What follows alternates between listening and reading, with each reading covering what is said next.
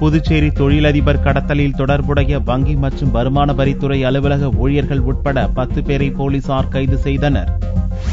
புதுச்சேரியில் என்ஆர் காங்கிரஸ் பிரமுகரும் தொழிலதிபருமான உதயகுமாரை 2 கோடி ரூபாய் பணம் கேட்டு கடந்த 6ஆம் தேதி வருமான வரித்துறை அதிகாரி போல் நடித்து 20க்கும் மேற்பட்டோர் காரில் கடத்தி சென்றனர். போலீசார் நடத்திய தீவிர தேடுதலுக்கு அஞ்சி உதயகுமாரை அந்த கும்பல் 7ஆம் தேதி செங்கல்பட்டில் இறக்கிவிட்டு தப்பியது.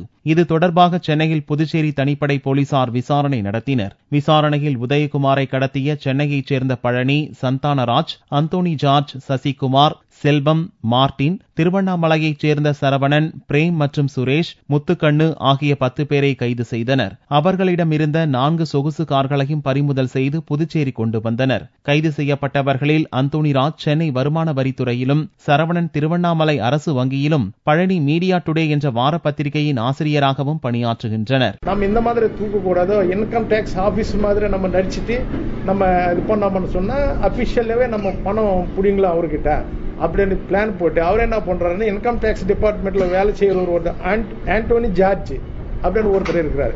அவர்கிட்ட சொல்றாரு. இது சொன்ன பிறகு ஓகே செய்யலாம் அப்படின்னு சொல்லிட்டு இவங்க எல்லாம் முடிவெடுத்தின பிறகு அவங்க ஃப்ரெண்ட் சர்க்கிள் கிட்ட நிறைய பேர்கிட்ட டிஸ்கஸ் பண்ணிருக்கிறது. இதெல்லாம் கைது செய்யப்பட்ட 10 பேரையும் நீதிமன்றத்தில் ஆஜர்படுத்தி சிறையில் அடைத்த போலீசார் இந்த வழக்கில் தலைமறைவாக இருக்கும் அமிர்தராஜ், ஜெயகணேஷ் உள்பட 5 பேரை தேடி வருகின்றனர்.